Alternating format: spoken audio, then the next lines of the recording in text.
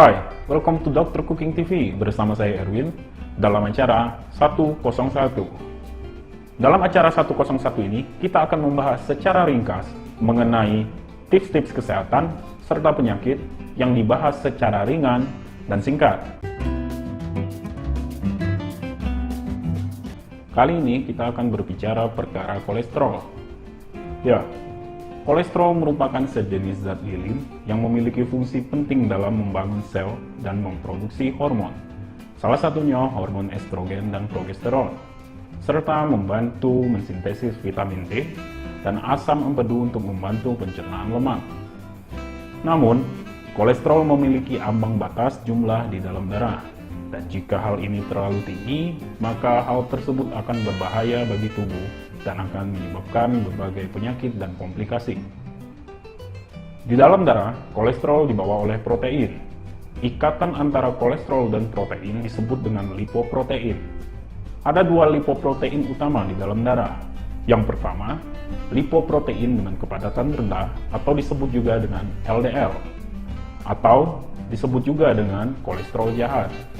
Yang kedua, lipoprotein dengan kepadatan tinggi atau disingkat dengan HDL, atau ini juga disebut dengan kolesterol baik. Fungsi LDL bertugas mengangkut kolesterol ke sel-sel yang membutuhkan. Jika jumlah LDL berlebih dari kebutuhan, sisa-sisa lemak akan mengendap pada dinding pembuluh darah arteri, dan jika ini terakumulasi, akan dapat menyebabkan penyakit pembuluh darah berupa arteriosklerosis. Sementara HDL bertugas untuk mengangkut kembali kolesterol kembali ke organ hati. Di dalam hati, kolesterol akan dihancurkan lalu dikeluarkan melalui feses atau kotoran di saluran pencernaan.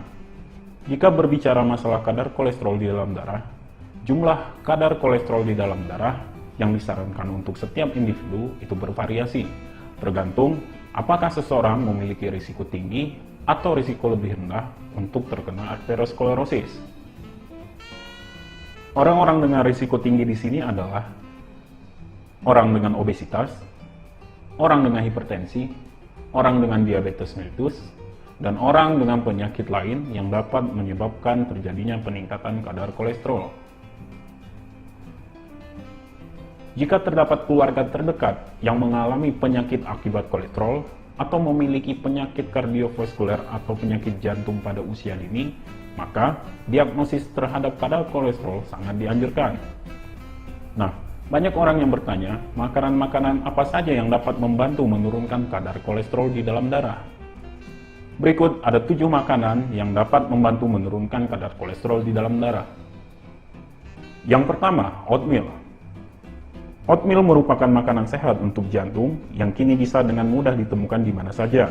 Beberapa kajian studi mengungkapkan bahwa perbanyak konsumsi serat yang mudah seperti oatmeal dapat menurunkan jumlah kolesterol total dan jahat yang berbahaya untuk jantung. Yang kedua, ikan salmon. Ikan salmon kaya akan asam lemak omega 3, sehingga membuatnya menjadi salah satu makanan sehat untuk jantung. Asam lemak omega 3 dibutuhkan tubuh untuk membentuk sel dan mengendalikan inflamasi.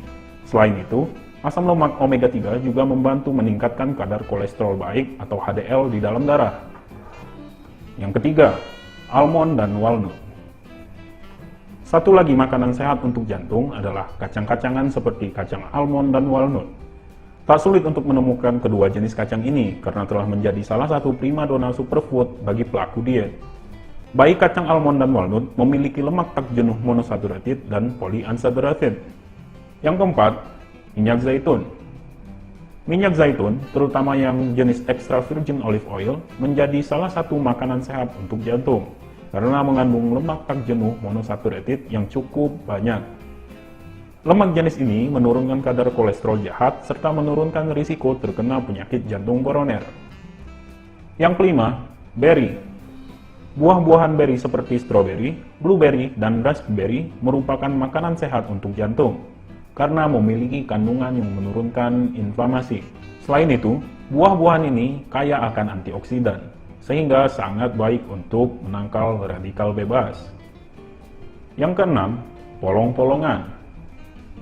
Polong-polongan seperti kacang merah atau kacang kedelai sangat baik untuk dikonsumsi. Faktanya, dalam beberapa studi, orang yang mengkonsumsi polong-polongan setidaknya 4 kali dalam seminggu memiliki penurunan risiko 22% penyakit jantung ketimbang mereka yang mengkonsumsinya kurang dari sekali dalam seminggu. Yang ketujuh, brokoli dan sayuran hijau.